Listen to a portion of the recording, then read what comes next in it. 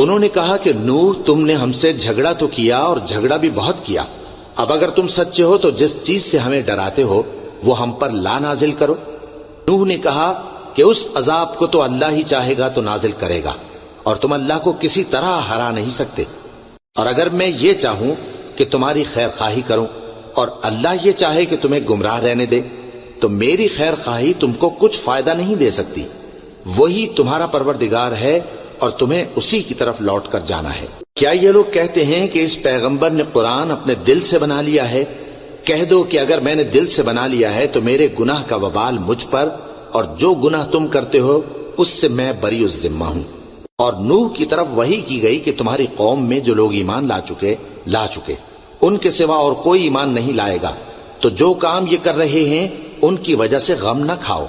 اور ایک کشتی ہمارے حکم سے ہمارے سامنے بناؤ، اور جو لوگ ظالم ہیں ان کے بارے میں مجھ سے کچھ نہ کہنا، کیونکہ وہ ضرور غرق کر دیے جائیں گے۔ اور نوح نے کشتی بنانا شروع کر دی، اور جب ان کی قوم کے سردار ان کے پاس سے گزرتے تو ان سے تمسخر کرتے۔ وہ کہتے کہ اگر تم ہم سے تمسخر کرتے ہو تو جس طرح تم ہم سے تمسخر کرتے ہو اسی طرح ایک وقت ہم بھی تم سے تمسخر کریں گے، اور تم کو جلد معلوم ہو جائے گا کہ کس پر عذاب آتا ہے جو اسے رسوا کرے گا، اور کس پر ہمیشہ کا عذاب نازل ہوتا ہے، یہاں تک کہ جب ہمارا حکم آ پہنچا اور تنور جوش مارنے لگا تو ہم نے نوح کو حکم دیا کہ ہر قسم کے پالتو جانوروں میں سے جوڑا جوڑا یعنی ایک ایک نر اور ایک ایک مادہ لے لو، اور جس شخص کی نسبت حکم ہو چکا ہے کہ ہلاک ہو جائے گا اس کو چھوڑ کر اپنے گھر والوں کو اور جو ایمان لایا ہو اس کو کشتی میں سوار کر لو، اور ان کے ساتھ ایمان بہت ہی کم لوگ لائے تھے۔ نوح نے کہا کہ اللہ کا نام لے کر کہ اسی کے کرم سے اس کا چلنا اور ٹھہرنا ہے، اس میں سوار ہو جاؤ، بے شک میرا پروردگار بخشنے والا ہے، مہربان ہے۔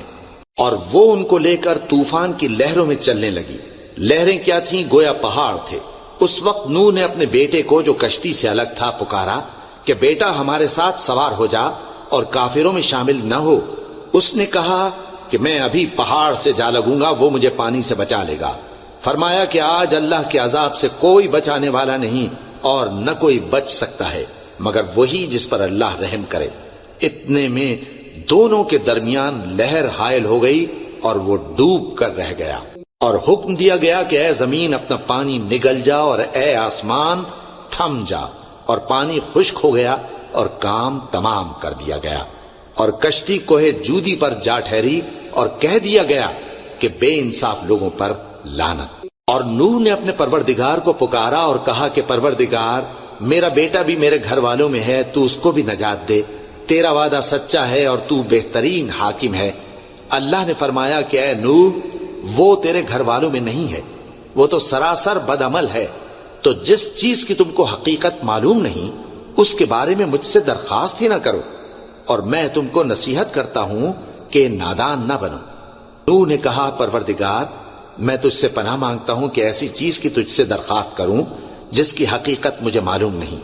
اور اگر تو مجھے نہیں بخشے گا اور مجھ پر رحم نہیں فرمائے گا تو میں تباہ ہو جاؤں گا۔ حکم ہوا کہ نوح ہماری طرف سے سلامتی اور برکتوں کے ساتھ جو تم پر اور تمہارے ساتھ کی جماعتوں پر نازل کی گئی ہیں اتر آؤ، اور کچھ اور جماعتیں ہوں گی جن کو ہم دنیا کے فوائد سے بہرہ مند کریں گے، پھر ان کو ہماری طرف سے عذاب علیم پہنچے گا۔ یہ حالات غیب کی خبروں میں سے ہیں جو ہم تمہاری طرف بھیجتے ہیں، اور اس سے پہلے نہ تم ہی ان کو جانتے تھے اور نہ تمہاری قوم ہی ان سے واقف تھی، تو صبر کرو کہ انجام پرہیزگاروں ہی کا بھلا ہے۔